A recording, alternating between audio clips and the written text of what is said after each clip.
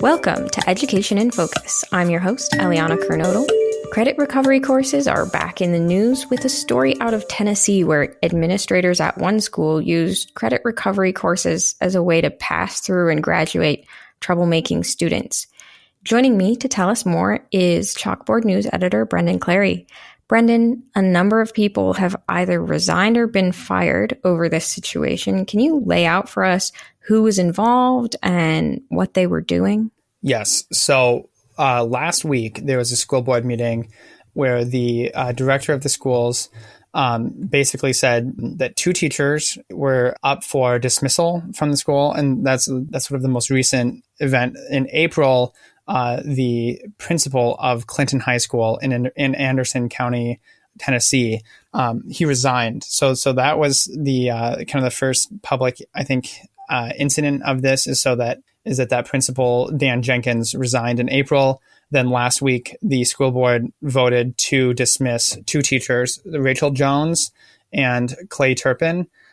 So those are sort of the main cast of characters, right? And the school administrators or the school leaders, right? So there was like assistant director of schools, and some like those kinds of people who are like higher up in the district in Anderson County schools.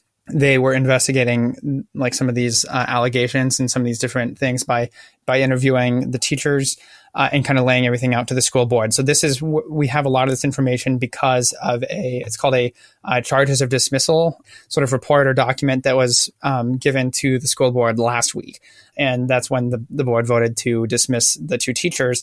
Essentially, this has been going on for some time, it sounds like. So one of the teachers, Rachel Jones, said that this has been going on since 2020 when the district hired Dan Jenkins to be principal at Clinton High School. And in that time, the school became a reward school in Tennessee. So it's like a recognized when they demonstrate high levels of performance and or improvement or performance. So in 2022, 2023, the high school was recognized as a reward school. And in 2022, 2023, I believe, Dan Jenkins was recognized as principal of the year. So for the state of Tennessee, right? So yeah, so like, there's sort of this, maybe you could call it like a meteoric rise. Like there's like this vast increase in like student achievement kind of thing. And then we find out that this has been artificially inflated at Dan Jenkins's request, according to this report, according to teachers that the administrators talked to, right? The school administrators talked to. So this is all reported in that charges of dismissal document, right? And so they spoke to Clay Turpin and Rachel Jones to try to piece together what happened sort of in the aftermath of Jenkins's resignation in April. And essentially laying out like, here's the case against them and sort of building a picture there. And so this is, I think, the preliminary thing that according to this document, the school is still conducting an investigation to try to find out the scope of like who was involved. And it's also been moved over to, I think the sheriff's office has opened up an investigation as well. So there's going to be, broader ramifications that we're hoping to cover at Chalkboard regarding this kind of thing. But essentially, it found out that this principal was telling these teachers to change student grades so that they could graduate and move on and get out of the school. And essentially it was saying things like, get him out like now, or the principal wanted him to be done. So they were changing student grades of, specifically like sort of this implication of like there were these problematic students in the school that they wanted to see gone and graduate so they didn't have to deal with them anymore. So give them the grades that they need to just get out of here.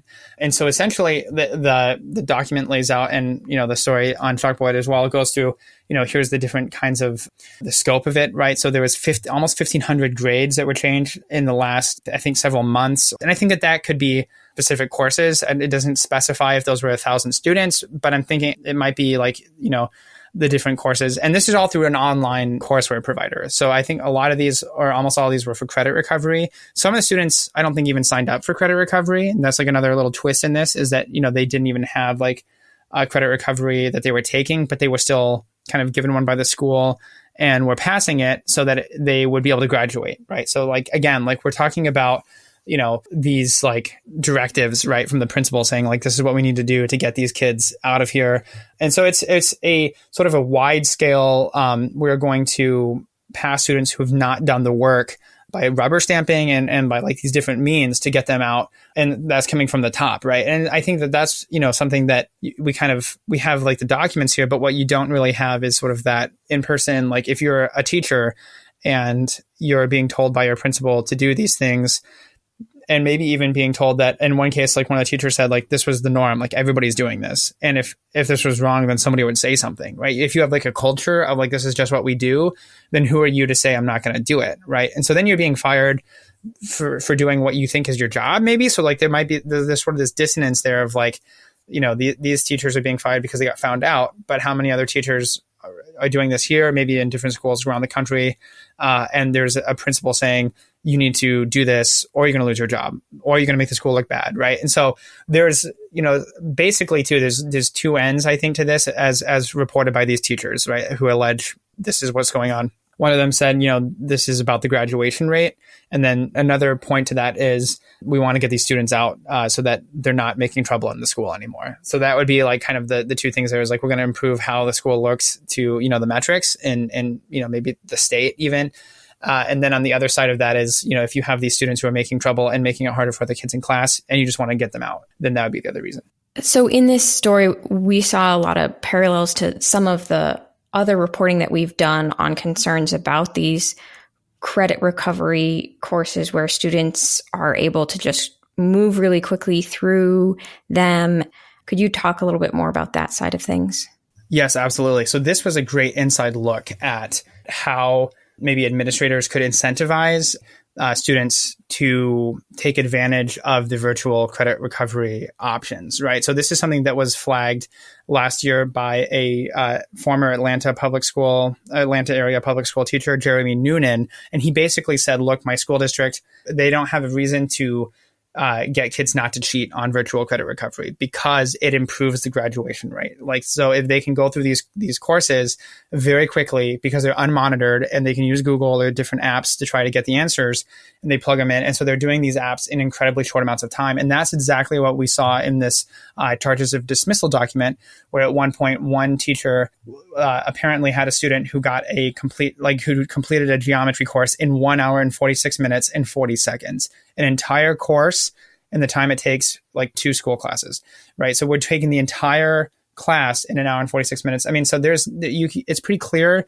with that there's not any learning going on, right? It's just like, I'm going to plug and chug this into Google or into another. There's a lot of different kinds of ways to cheat. So this was like a really interesting and sort of documented way of like, this is teachers saying this is what we were told to do. So there was grade changes.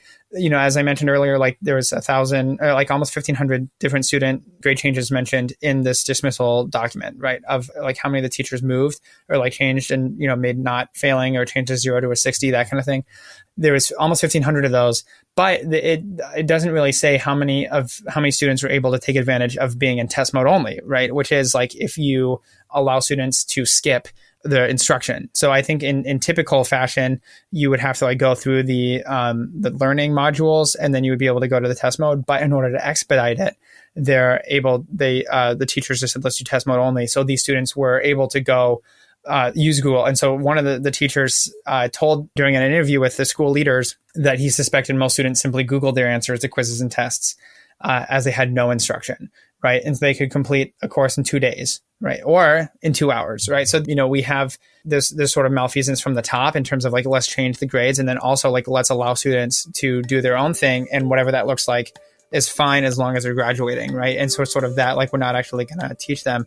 So we've written about that a lot at Chalkboard, and I think that opens up like a whole can of worms there. Well, Brendan, thank you for your insights on the story. Listeners can keep up with this story and more at chalkboardnews.com.